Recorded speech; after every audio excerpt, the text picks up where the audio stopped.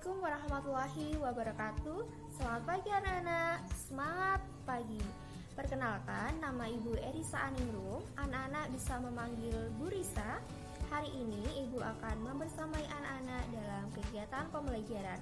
Semoga anak-anak tetap semangat meskipun pembelajaran dari rumah. Dan jangan lupa untuk selalu menjaga kesehatan. Halo anak-anakku yang hebat. Hari ini kita akan belajar mengenai tema 7, benda, hewan, dan tanaman di sekitarku. Subtema 1, benda hidup dan tak hidup di sekitar kita, pembelajaran yang pertama.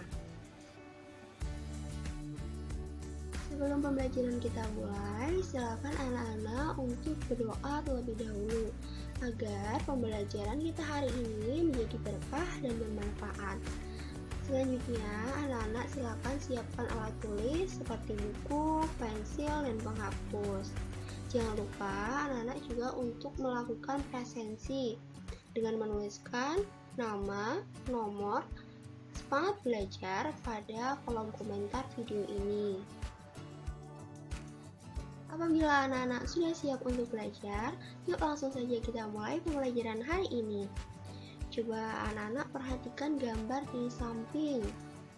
Apa saja benda yang ada pada gambar tersebut? Mari kita amati satu persatu. Yang pertama, pada lingkaran merah merupakan gambar manusia. Yang kedua, coba merupakan gambar apa? Ya, pintar sekali, gambar tumbuhan. Selanjutnya, ada gambar kucing. Kucing merupakan apa anak-anak? Hewan, ya, benar sekali. Selanjutnya, yang untuk membersihkan lantai, namanya sapu. Kemudian yang terakhir adalah jendela. Nah, sekarang coba anak-anak amati lingkungan di sekitar anak-anak. Apa saja benda yang terdapat pada lingkungan sekitar kalian? Coba anak-anak sebutkan apa saja benda yang terdapat pada lingkungan sekitar kalian. Nah, banyak sekali ya benda-benda yang ada di sekitar anak-anak. Berkaitan dengan hal tersebut, hari ini kita akan belajar mengenai 3 hal. Yang pertama, yaitu panjang pendek nada. Yang kedua, benda hidup dan tak hidup. Yang ketiga, sila keempat Pancasila. Selanjutnya, silakan anak-anak cermati teks berikut ini. Atau anak-anak juga bisa membaca pada buku siswa halaman 2. Mari kita baca bersama-sama ya. Udin dan teman-teman pergi bersama ke sekolah. Mereka mengenakan seragam dengan rapi dan lengkap. Topi termasuk bagian dari seragam yang harus dikenakan. Topi dan seragam merupakan contoh benda tak hidup. Apakah anak-anak suka mengenakan topi? Nah, anak-anak apakah tahu juga lagu Topi Saya Bundar? Sekarang kita akan mencermati bersama-sama lirik lagu Topi Saya Bundar. Anak-anak juga bisa membuka pada buku siswa halaman 3. Lagu Topi Saya Bundar ini diciptakan oleh Pak Kasur. Nah, anak-anak di sini terlihat ya ada garis berwarna hijau, ada yang pendek dan ada yang panjang. Kira-kira apa ya artinya garis pendek dan yang panjang?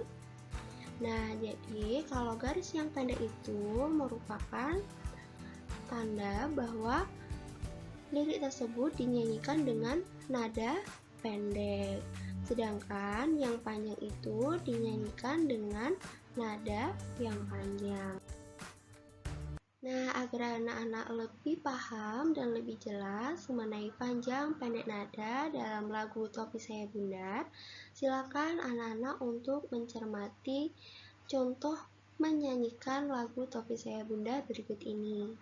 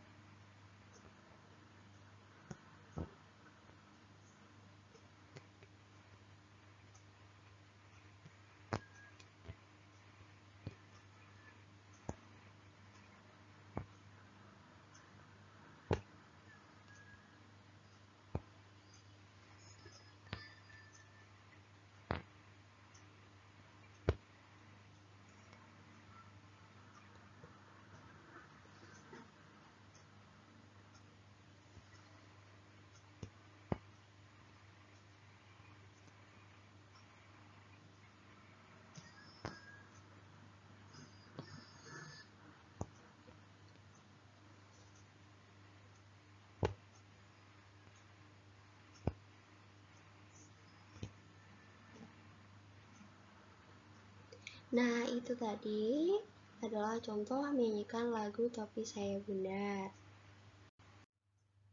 Setelah anak-anak mempelajari panjang pendek nada pada lagu Topi Saya Bundar, selanjutnya anak-anak silakan melakukan misi yang pertama.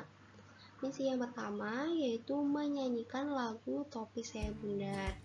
Anak-anak silakan menyanyikan dengan memperhatikan panjang pendek nada.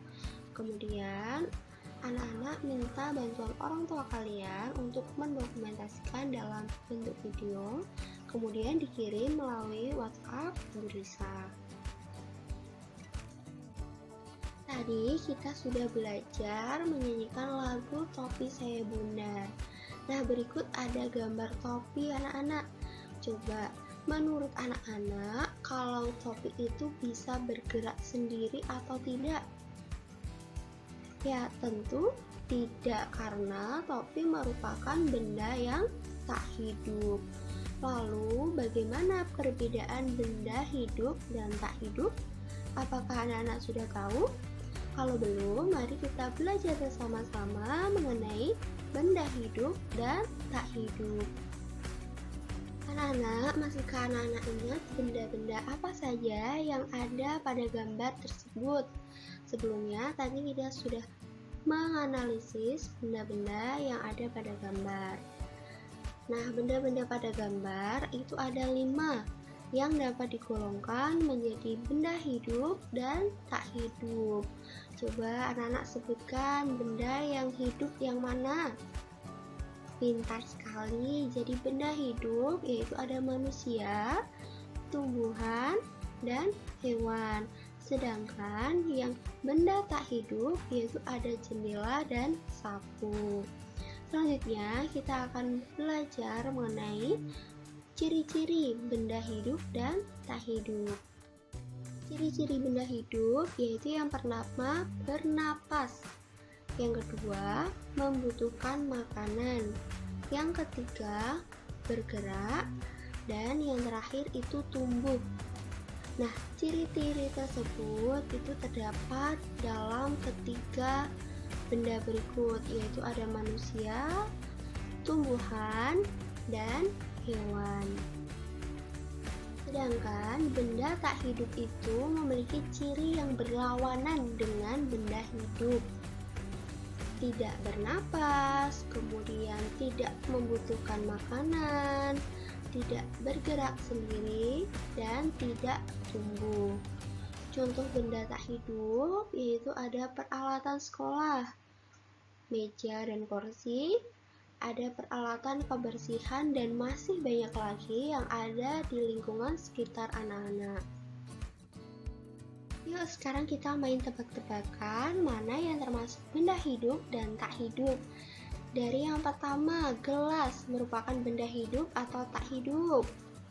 Ya, merupakan benda tak hidup. Kemudian yang kedua, ada tumbuhan, merupakan benda hidup. Pintar sekali. Yang ketiga ada topi. Tadi topi termasuk benda hidup atau tak hidup? Ya, topi merupakan benda tak hidup. Kemudian ada gambar Garuda Pancasila, merupakan benda hidup atau tak hidup? Merupakan benda tak hidup. Yang terakhir ada ikan. Ikan merupakan hewan, berarti benda hidup. Pintar sekali anak-anak, sudah bisa membedakan benda hidup dan tak hidup. Setelah belajar mengenai benda hidup dan tak hidup, anak-anak silakan melakukan misi yang kedua, yaitu mengelompokkan benda hidup dan tak hidup.